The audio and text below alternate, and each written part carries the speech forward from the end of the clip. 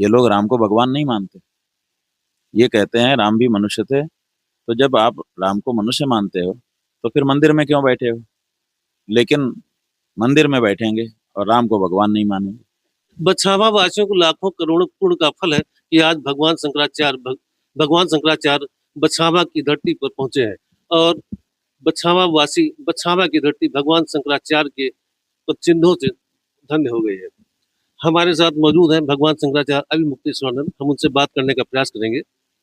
महाराज जी, सबसे पहले हम ये जानना चाहेंगे, C9 टीवी के दर्शकों को ये बताना चाहेंगे कि जो ये 81 दिवसीय आपकी 403 विधानसभा की यात्रा है, इसका मुख्य उद्देश्य क्या है? ये गविष्ठी यात्रा है। गौ माता के प्राण और उनकी प्रतिष्ठा की रक्षा के लिए इस यात्रा के माध्यम से मतदाताओं को जागरूक करने का लक्ष्य लेकर के हम निकले हुए हैं। उत्तर प्रदेश की सभी 403 विधानसभा क्षेत्रों में जाकर के वहाँ के मतदाताओं को जागरूक करना ये कार्य है। मतलब कैसे जागरूक, मतलब क्या? ऐसा है कि गाय जो है, पहली बात यह है कि वो पशु है कि माता है, ये बड़ा प्रश्न है।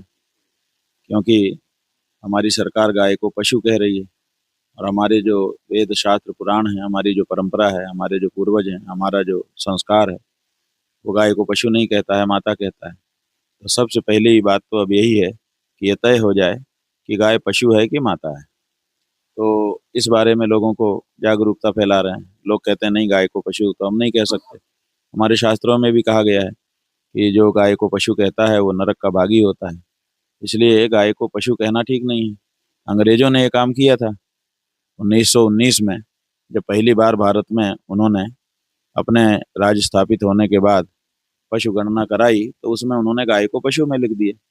तब से ये परंपरा चली आ रही है। 100 साल से ज़्यादा का समय हो गया। तो हम लोग चाहते हैं कि ये अंग्रेजों के लिए ठीक थी, क्योंकि वो तो अपनी संस्कृति के अनुसार व्यवस्था कर रहे थे, लेकिन हमारी तो भारत की संस्कृति है। भारत की संस्कृति में गाय को कभी पशु नहीं कहा गया। तो अब जब भारत के लोगों का राज हो गया है, भारत के लोगों के वोट से ये सरकार बनती है, तो वो भी अभी गाय को पशु कहे, ये तो ठीक नहीं है। तो इस बात को जब लोगों के बीच में रखा जाता है तो लोग कहते हैं बात तो सही है, हम तो माता ही मानते हैं, हम तो पशु नहीं कह सकते। हमने कई लोगों से प्रस्ताव भी दिया कि भाई झगड़ा काहे को करना, मान लो, जब सरकार कह रही है पशु तो तुम भी पशु मान लो। लेकिन जनता तैयार नहीं है। वो कहते हैं कैसे मान ले, हमारी माता है, हम पशु क्यों कहें। महाराज जी, वर्तमान समय में सनातन धर्म के लिए सबसे बड़ी चुनौती क्या है और इसके लिए ज्योतिष पीठ का मार्गदर्शन क्या है? ऐसा है कि हर समय की अपनी चुनौती होती है। किसी समय विधर्मी चुनौती थे, कभी विदेशी चुनौती थे। आज के दिन ऐसी कोई चुनौती सामने नहीं है। आज के दिन सबसे बड़ी चुनौती है कि हमारे समाज में कुछ कालनेमी जैसे लोग, जो कि भेष तो हमारे ही जैसा धारण करते हैं, भाषा तो हमारी जैसी बोलते हैं, लेकिन आचरण उनके हमारे से विपरीत रहते हैं, ऐसे लोग घुस आए हैं और वही नेतृत्व करने लग गए हैं। तो इसलिए इस समय की सबसे बड़ी चुनौती है कि जनता इस बात को समझे कि हमारे बीच में कुछ ऐसे लोग हैं जो हमारे जैसे दिखते तो हैं, लेकिन हमारे लिए घातक हैं। तो उनको पहचान करके उनको अपने समाज से दूर करना, ये इस समय की बड़ी चुनौती है। और हिंदू समाज को इस बारे में जागरूक होना ही पड़ेगा। महाराज जी, भगवान राम की जन्मभूमि अयोध्या इस समय सुर्खियों में है, विवादों के घेरे में है। और चंदा कांड के बारे में आप क्या कहेंगे? आपने कहा भगवान राम, राम भगवान थे। जो लोग वहां बैठे हैं ना, राष्ट्रीय स्वयंसेवक संघ और भारतीय जनता पार्टी वाले, ये लोग राम को भगवान नहीं मानते। ये कहते हैं राम भी मनुष्य थे। तो जब आप राम को मनुष्य मानते हो तो फिर मंदिर में क्यों बैठे हो?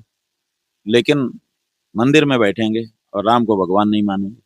इसलिए वहाँ इसलिए चोरी हो रही है, क्योंकि जब भगवान ही नहीं मानेंगे तो फिर लोग परलोक नहीं मानेंगे, फिर स्वर्ग नरक नहीं मानेंगे, तो पाप पुण्य नहीं मानेंगे, इसलिए मनमाना करेंगे। जो आस्तिक व्यक्ति होता है वो मानता है कि यहाँ देवता का निवास है, अगर हम यहाँ पे गड़बड़ी करेंगे तो हमको बहुत बड़ा दंड मिलेगा। तो वो ये सब नहीं करता है। तो वहां पर राम जी को भगवान न मानने वाले लोगों को बैठा करके सबसे बड़ी भूल की गई है। इसलिए इनको वहां से हटाना चाहिए, सब सही हो जाएगा। महाराज जी, देश के विभिन्न हिस्सों में धर्मांतरण चल रहा है और इसको लेकर शासन प्रशासन कोई ठोस कदम नहीं उठा पा रही है या फिर सरकार विफल है। नहीं, विफल नहीं है, ये सरकार ही करवाती है। जो लोग धर्मांतरण करते हैं उनको सरकार ही मदद करती है, तब जा करके वो कर पाते हैं। तो एक तरफ से धर्मांतरण करने के लिए उनको प्रोत्साहित करती है, और जब धर्मांतरण होने लगता है तो फिर दूसरी तरफ से एक दूसरा विंग उतार देती है कि अरे ये धर्मांतरण हो रहा है, बहुत गड़बड़ हो रहा है, हम आपकी रक्षा करेंगे। समझे ना? फिल्मों में, आपने पुरानी फिल्मों में देखा होगा कि एक व्यक्ति कुछ गुंडों को हायर करता है और हमला करवा देता है किसी के ऊपर, और फिर जाके खुद बचा देता है। तो हमला भी खुद कराएंगे, बचाएंगे भी खुद, और अगले की नज़र में अच्छे बन जाएंगे। ये पुरानी टैक्टिस है। वही टैक्टिस इसमें अपनाई जा रही है कि हमारी जो पार्टियां हैं, सरकारें हैं, यही धर्मांतरण करवाती हैं और फिर धर्मांतरण से बचाने के लिए आंदोलन भी करती हैं। दोनों काम यही कर रहे हैं। महाराज जी, अंत में C9 टीवी के माध्यम से आप देशवासियों को क्या संदेश देना चाहेंगे? हम देशवासियों को आपके माध्यम से ये संदेश देना चाहेंगे कि धर्म जो है वो धारण करने की चीज है, दिखावे की चीज नहीं है। कि आपने अमुक कलर का कपड़ा पहन लिया, माथे में अमुक तरह का चंदन लगा लिया, जय श्री राम आदि जैसे नारे लगाने लग गए, बस हो गया धर्म। ऐसा नहीं है।